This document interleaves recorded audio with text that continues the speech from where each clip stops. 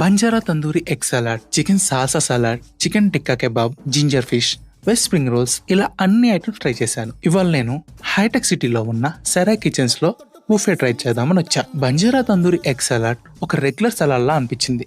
Special గా ఏమీ లేదు. చికెన్ సాల్సా సలాడ్ మాత్రం కొంచెం స్వీట్ గా, మైల్డ్ స్పైసీనెస్, టెండర్ చికెన్ తో చాలా బాగుంది. జింజర్ ఫిష్ ఓకే అనిపించింది. వెజ్ స్ప్రింగ్ రోల్స్ మాత్రం డిజాస్టర్.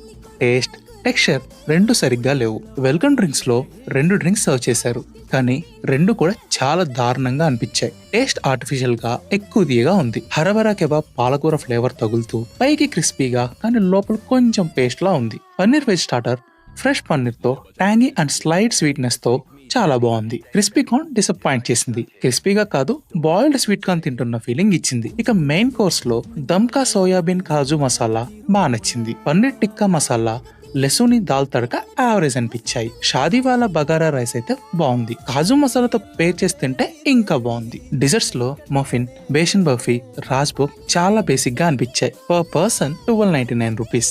ఆఫ్టర్ డిస్కౌంట్ 714 రూపీస్ పడింది. టోటల్ టాక్సెస్ అన్ని కలుపుకొని 1686 రూపీస్ పే చేశాం. ఓవరాల్ గా నేను ట్రై చేసిన బుఫే ప్లేసెస్ తో కంపేర్ చేస్తే డీసెంట్ ఆప్షన్ అని చెప్తా. సర్వీస్ చాలా క్విక్ గా ఉంది.